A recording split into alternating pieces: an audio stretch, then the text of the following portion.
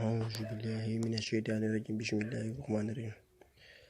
الحمد لله رب العالمين الرحمن الرحيم مالك يوم الدين إياك نعبد وإياك نستعين صراط الذين آمين mbokk jullit yi mbokk YouTube ñoo ngi di jaar yéen ñëpp di leen jaajëfal baax di kontaan si yéen si abonné di ñaan ngeen gën a doole abonné kon mbokk yi tey dañ leen indi njëriñ am solo waa balaa ñu si ñëw leen di wax yi nga xamante ni dañ koy liggéey mbokk yi képp koo xamante ni bëgg nga jaaru xaqiiqa muy jaaru boo xamante ni maanaam day dox si wërsëg wala muy dox si kaaraange wala jaaru sa xaatimu Suleymaan yooyu yëpp mbokk yi bépp boo xamante ni bëgg nga si incha allah boo jokkee ñun ak fépp foo mënti nekk si biir réew mi Sénégal incha allah daan fexe ba nga jot si kàttanu yàlla maanaam si njëg goo xamante ni maanaam lu yomb la muy jaaro yoo xam ne nag boo ko amee nag wallahi daa xam ni am nga kaaraange wala am nga jaaru ubbeeku bu rëy waaw muy jaaro xaqiiqa suñu jugee foofu yi dañuy ñëw maanaam si wàllum nomba gi am na nomba goo xamante ni am boo xamante ni maanaam si kaaraange lay dox am nañ ci benn nomba goo xamante ni moom it téere boo xamante ni moom it si wàllum duwaañ lay dox boo ko tëkkee kenn du la gis duwaañ du la gis doo dajeek moom du dajeek yow mukk si àdduna waaw am na fi it nomba goo xamante ni moom it si kaaraange lay dox dëggantaan waaw boo xamante ni ubbeeku la waaw yooyu noonu yëpp boo ci bëgg rek boo leen jokkewee ñun incha allah suñu numéro bi daal leen ci andil ay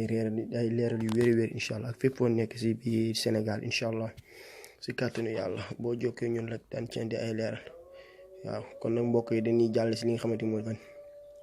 mbokk yi li ngeen gis nii astafurlah mbokk yi li ngeen gis nii maa ngi sax jaawale maa ngi ci jaaroo ba léegi mbokk yi li ngeen gis nii secret la boo xam ne ñoo ngi ko liggéey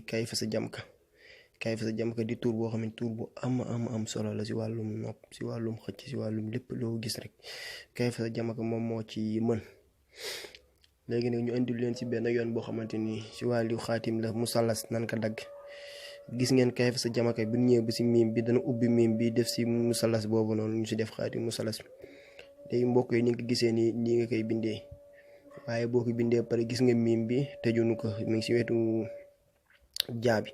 tëjunu ko foofu noonu koy bàyyee noonu après nga dagg xaatim bi nii nga ko gisee nii nga koy bindee mbokk yi bu ci yokk dara bu ci wàññi dara am na ñu ni faral di jël di laaj naan noo xaatim yi da nga ko war di dagg suñu kanam waaye incha allah daan ko fas yéene def si kàttanu yàlla di ko dagg ngeen koy gis waaw kon mbokk yi ni nga ko gisee nii ngay bindee xaatim si baytul xaal bi si ngay def sa tur si kaw mooy ismuha boobu ngay gis def turu ndaw si suuf waaw def turu ndaw si suuf